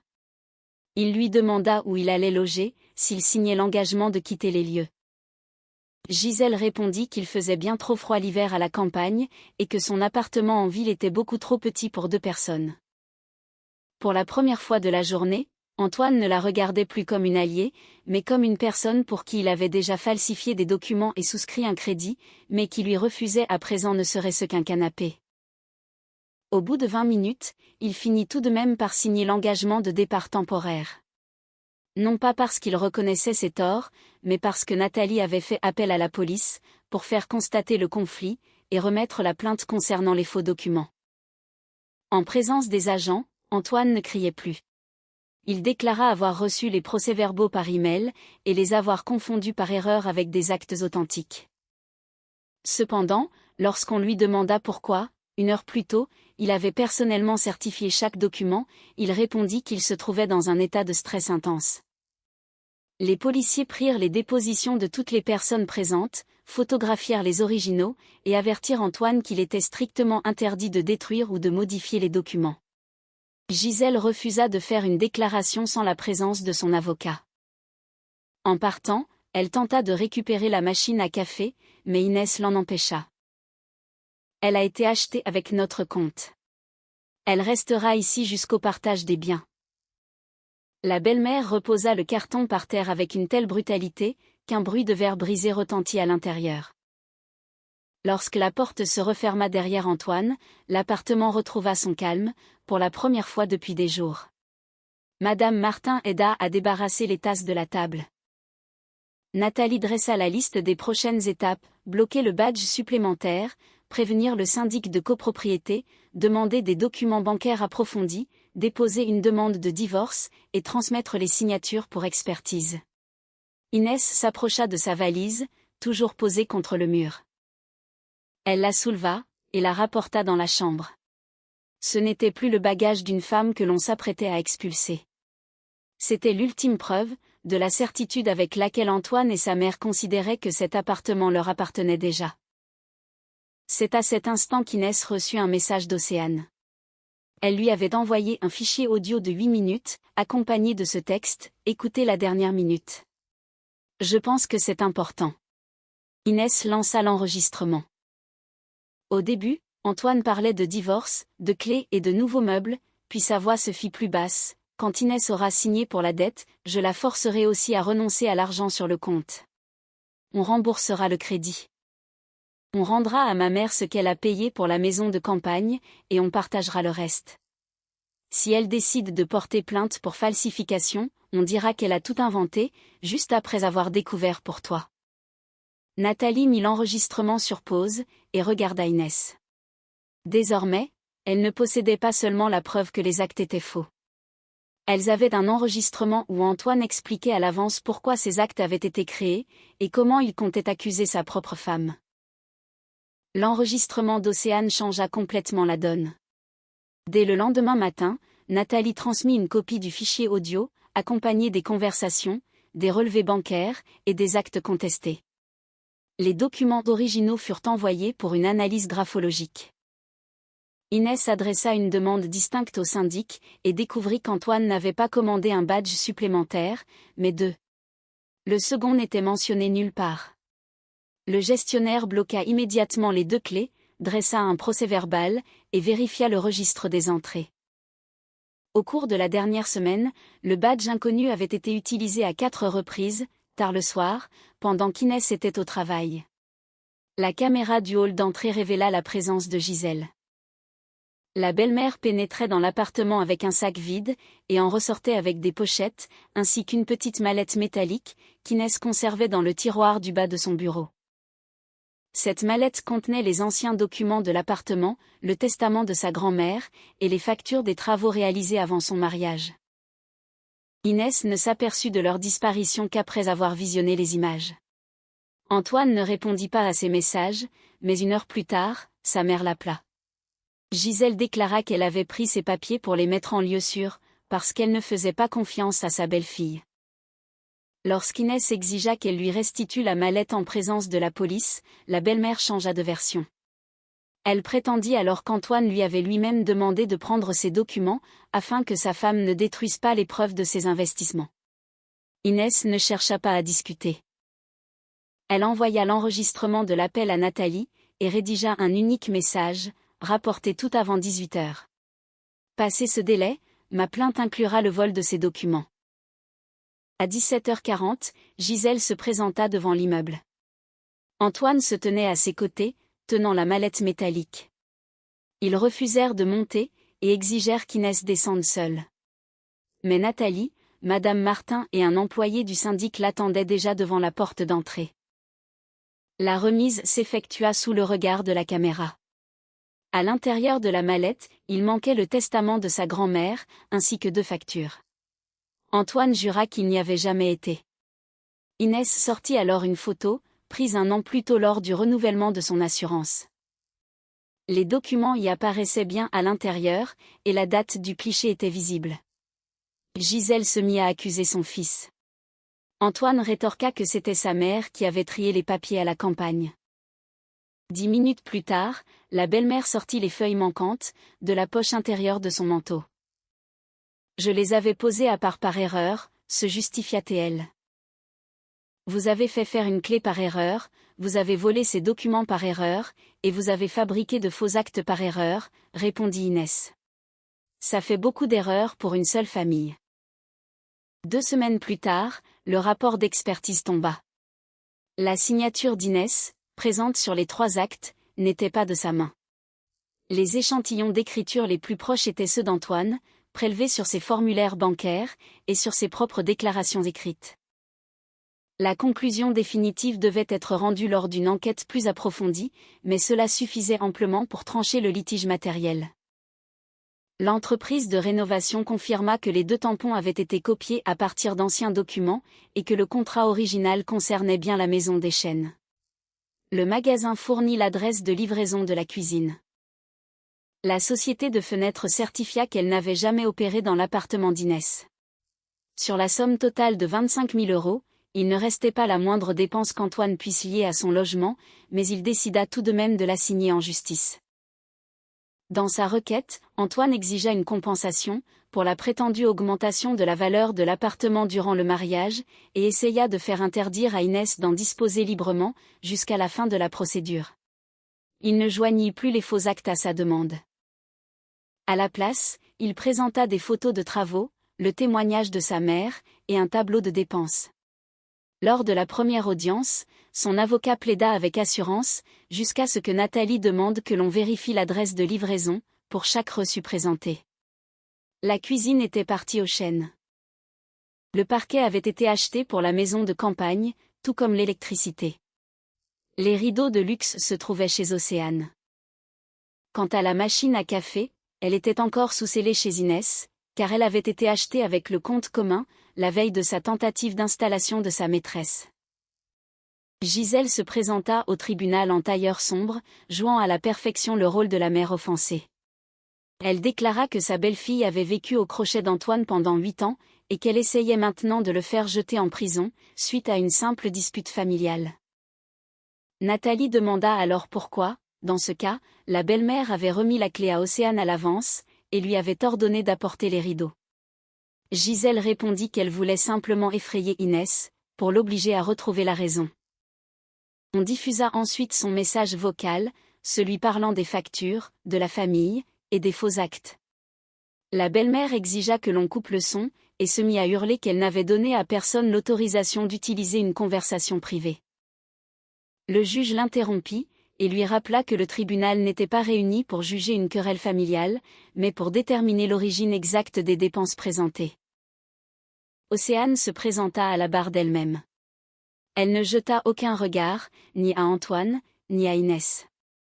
La jeune femme confirma que son amant lui avait promis de l'installer dans cet appartement, dès que sa femme aurait signé la reconnaissance de dette. Elle présenta les messages évoquant le partage futur de l'argent, et expliqua à quel moment elle avait reçu le badge électronique. Antoine qualifia son témoignage de vengeance d'une femme éconduite. Nathalie fit alors diffuser la dernière minute de l'enregistrement audio. La voix d'Antoine résonna distinctement. Il avait bel et bien l'intention de forcer Inès à renoncer à son argent, de solder le crédit de la maison de campagne, et de l'accuser d'une fausse machination. Après la diffusion, son avocat demanda une suspension de séance. Dans les couloirs du tribunal, il proposa pour la première fois de négocier un accord à l'amiable. Inès dicta ses conditions sans la moindre colère. Antoine renonçait à toute prétention sur l'appartement, et reconnaissait n'avoir jamais financé sa rénovation intégrale. Le crédit de 8 000 € demeurait à sa charge exclusive, l'argent ayant servi à rénover la maison de sa mère et à régler des dépenses n'ayant aucun lien avec leur famille. Du patrimoine commun, Inès déduisit les virements destinés à Océane, les frais d'hôtel, le bracelet, le double des clés, et l'électroménager. Antoine devait lui rembourser la part qui lui revenait sur l'ensemble de ces sommes. Elle ne réclama pas de montant faramineux, et n'essaya pas de le dépouiller de son salaire. L'essentiel pour elle était d'acter l'évidence, cet appartement n'avait jamais été une contrepartie pour ses 8 années de mariage, et des dépenses fabriquées de toutes pièces, ne pouvaient transformer le bien d'autrui en la propriété de son mari. Antoine refusa longtemps de signer. Il appelait Inès au beau milieu de la nuit, lui écrivait depuis des numéros inconnus, et jurait que sa mère avait tout manigancé. Selon lui, c'était Gisèle qui avait rassemblé les reçus, retrouvé les vieux tampons, et l'avait persuadé que sa femme prendrait peur d'un procès. Dès le lendemain, la belle-mère envoya à Inès une version diamétralement opposée. Son fils avait lui-même fabriqué les faux, et elle n'avait fait que vouloir sauver leur famille. Inès transférait méthodiquement ses messages à Nathalie, sans jamais leur répondre. Lorsqu'Antoine comprit que chaque nouvelle accusation portée contre sa mère ne faisait que prouver davantage leur complicité, les appels cessèrent. Le véritable coup dur pour Gisèle ne vint pas du tribunal. Laure vérifia l'historique des virements qu'elle faisait à sa mère depuis 2 ans, pour payer ses traitements médicaux. Une bonne partie de cet argent avait servi à acheter des matériaux de construction, une nouvelle cuisine, et des meubles pour la maison de campagne. Sa belle-mère bénéficiait de soins gratuits grâce à une prescription, mais elle faisait croire à sa fille qu'elle devait se procurer des médicaments hors de prix. Laure exigea qu'elle lui rembourse la totalité de l'argent, et mit fin à ses virements mensuels. L'oncle Victor refusa catégoriquement de témoigner en faveur d'Antoine. Tante Thérèse, quant à elle, raconta à tout le monde pourquoi ils avaient réellement été invités à ce fameux conseil de famille. La femme, qui s'apprêtait à dénoncer publiquement Inès comme une voleuse et une ingrate, se retrouvait désormais à devoir expliquer à chacun pourquoi elle avait introduit la maîtresse de son fils, avec toutes ses valises, dans l'appartement de quelqu'un d'autre. Antoine signa l'accord 4 mois plus tard. Sa plainte fut classée sans suite une fois les termes validés, et le divorce fut prononcé séparément. L'enquête concernant les actes falsifiés suivit son cours, et Nathalie le prévint que la signature de l'accord amiable ne détruisait pas les originaux, pas plus qu'elle n'annulait ses précédentes dépositions. Afin de payer sa dette, Antoine fut contraint de revendre la voiture qu'il prétendait, devant sa famille, avoir sacrifiée pour rénover l'appartement. En réalité, le véhicule dormait dans un garage en location, et lui servait exclusivement pour ses rendez-vous avec Océane. Le produit de la vente suffit tout juste à couvrir le premier versement dû à Inès, ainsi qu'une partie de sa dette bancaire. Le reste continua d'être prélevé sur son salaire, selon l'échéancier établi par le tribunal. Antoine se vit contraint de retourner vivre chez sa mère. L'appartement en ville de Gisèle s'avérant effectivement trop étroit, ils durent déménager au Chêne au printemps. Désormais, Antoine pouvait contempler, chaque matin, cette même cuisine dont il avait tenté d'extorquer le prix à sa femme. Il continuait de rembourser un crédit pour des murs, un parquet et un système électrique, installés dans une maison que sa mère promettait encore et toujours de partager avec Laure. Inès apprit, par des connaissances communes, que des disputes éclataient presque chaque jour entre eux. Antoine exigeait que la maison de campagne soit mise à son nom. Gisèle lui répondait qu'après tout ce qu'elle avait traversé, elle ne faisait plus confiance à personne. Leur alliance, fondée sur la volonté de s'approprier le bien d'autrui, s'était soldée par une guerre sans fin, pour ce qu'ils estimaient être leur propre bien. Océane récupéra ses affaires personnelles, mais laissa le bracelet et la machine à café, en attendant que les comptes soient soldés. Elle ne revit plus Antoine. Avant de conclure avec Nathalie, la jeune femme adressa de brèves excuses à Inès. Inès ne la pardonna pas, mais ne l'humilia pas non plus. Océane connaissait l'existence de la femme d'Antoine, et avait sciemment accepté de franchir le seuil de sa maison avec une clé dérobée, mais c'était précisément ces messages qui avaient permis de prouver la préméditation du mari. Inès se contenta de lui répondre qu'elle lui restituerait le bracelet, dès que la justice lui indiquerait à qui il devait revenir à l'issue du partage. Elles se quittèrent sans se réconcilier, mais sans animosité nouvelle. Chacune assuma sa part des conséquences. Le jour où le divorce fut officiellement prononcé, Inès fit remplacer la serrure. L'ancien badge électronique d'Antoine trônait sur son bureau, juste à côté d'une photo de la valise que Gisèle avait déposée dans le couloir. Inès se débarrassa des rideaux rouges, qu'Océane n'avait jamais pu déballer, rangea les papiers de sa grand-mère dans un coffre-fort flambant neuf, et invita Madame Martin à prendre le thé. La voisine regarda l'espace vide près de la porte d'entrée, et lui demanda si elle n'avait pas peur de se retrouver seule, après 8 années de mariage. Ce qui m'effrayait, c'était de vivre avec des gens qui prenaient mon silence pour un consentement, répondit Inès. Mais, pour la première fois, le fait d'être seule m'apaise. Un mois plus tard, Inès repeignit sa chambre, et se débarrassa de la table, autour de laquelle s'était tenu ce fameux tribunal familial. Elle ne chercha pas à déménager pour refaire sa vie. Elle s'attacha simplement à effacer, une par une, toutes les traces de cette emprise. À la place des valises, elle installa un petit meuble à chaussures. À l'emplacement du carton de la machine à café, elle posa un grand pot contenant un citronnier. Lorsque Gisèle l'appela une dernière fois, pour la supplier d'oublier les rancœurs du passé, pour le bien de la famille, Inès l'écouta sans l'interrompre jusqu'à la fin. « Vous vouliez entrer chez moi avec une clé volée, dit-elle enfin, mais c'est par une porte que j'ai fermée moi-même, que vous êtes sorti de ma vie. » Après ces paroles, Inès bloqua le numéro, et donna un tour de clé dans sa nouvelle serrure.